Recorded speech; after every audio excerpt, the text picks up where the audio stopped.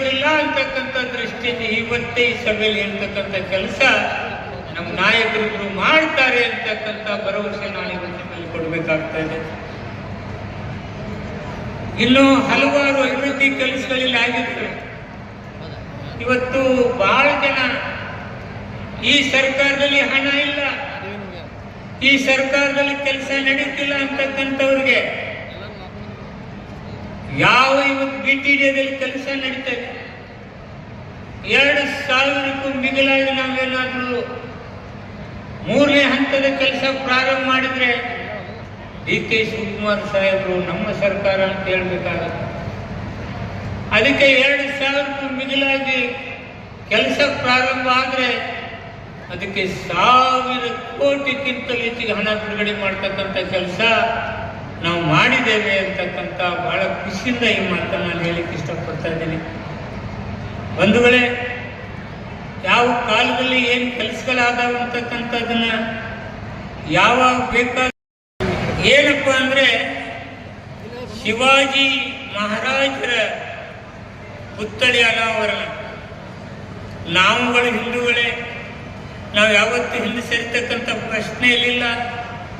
ಆದ್ರಿಂದ ನಾನಿವತ್ತು ಹೇಳಿಕ್ಕೆ ಇಷ್ಟಪಡ್ತಾ ಇದ್ದೀನಿ, ವರ್ಷವನ್ನ ನಮ್ಮೆಲ್ಲರಿಗೂ ಬೇಕು. ಅದಕ್ಕೆ ನಮ್ಮ ಮುಖ್ಯಮಂತ್ರಿ ಹೇಳಿದರು, ಬಸವಣ್ಣ ಈ ಸಂಸ್ಕೃತಿ ನಾಯಕ ಅಂತೇಳಿ ಹೇಳಿದ್ರೆ ಅದು ನಮ್ಮ ಸರ್ಕಾರದಲ್ಲಿ ನಮ್ಮ ಮುಖ್ಯಮಂತ್ರಿಗಳು ಹಾಗೆ ಅಂತಕ್ಕಂಥದ್ದನ್ನು ಹೇಳ್ತಾ ಇದ್ದೀನಿ.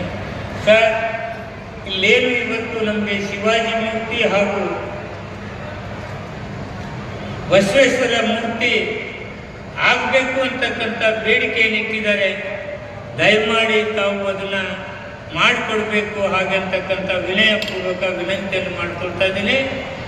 ನಾವು ಹಿಂದೂಗಳ ವಿರೋಧಿಗಳಲ್ಲ. ಸರ್ವ ಜನಾಂಗವನ್ನು ನಾವು ಶಾಂತಿಯ ತೋಟವನ್ನು ಮಾಡ್ತಕ್ಕಂಥವ್ರು. ಬಸವಣ್ಣನ ಮೂರ್ತಿನೂ ಬರುತ್ತೆ, ಶಿವಾಜಿ ಮೂರ್ತಿನೂ ಬರುತ್ತೆ.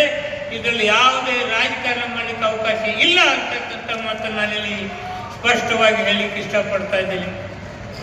ತಾವುಗಳು ಸರ್, ಐಹೊಳೆ ಪ್ರವಾಸಿ ಸ್ಥಾನ, ಇದು ರಾಷ್ಟ್ರೀಯ ಪ್ರವಾಸಿ ಸ್ಥಾನ. ತಾವು ಸ್ಥಳಾಂತರ ಪ್ರಕ್ರಿಯೆ ಪ್ರಾರಂಭ ಮಾಡಿದ್ದೀರಿ. ಆದಷ್ಟು ಬೇಗ ಪುನರ್ವಸತಿ ಕಲ್ಪಿಸಿಕೊಡ್ಬೇಕು. ಬಾಗಲಕೋಟೆಯಲ್ಲಿ ಸಣ್ಣ ನೀರಾವರಿಯಲ್ಲಿ ಕೆರೆಗಳನ್ನು ತುಂಬತಕ್ಕಂಥ ಕೆಲಸ ಆಗಬೇಕಾಗಿದೆ ಅಂತಕ್ಕಂಥದ್ದನ್ನು ತಮ್ಮಲ್ಲಿ ವಿನಂತಿ ಮಾಡಿಕೊಳ್ತಾ ಇದ್ದೀನಿ.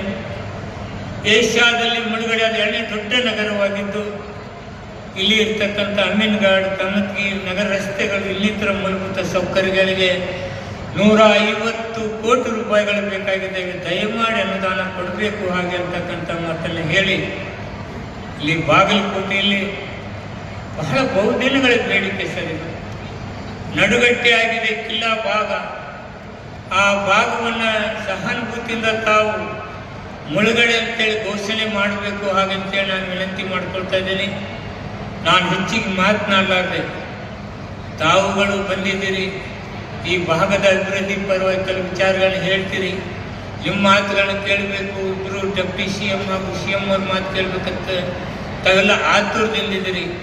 ಬಾಗಲಕೋಟೆಗೆ ಬಂದಿದ್ದಾರೆ, ನಮಗೆ ಈ ಭಾಗದ ಅಭಿವೃದ್ಧಿಗೆ ಸಹಾಯ ಹಸ್ತ ನೀಡ್ತಾರೆ ಅಂತಕ್ಕಂಥ ಜಾತಕ ಪಕ್ಷಂತೆ ಕಾಣ್ತಕ್ಕಂಥ ತಮಗೆ ಅಭಯವನ್ನು ನೀಡ್ತಕ್ಕಂಥ ಇಬ್ಬರು ನಾಯಕರು ಬಂದಿದ್ದಾರೆ. ಅಭಯ ನೀಡ್ತಾರೆ.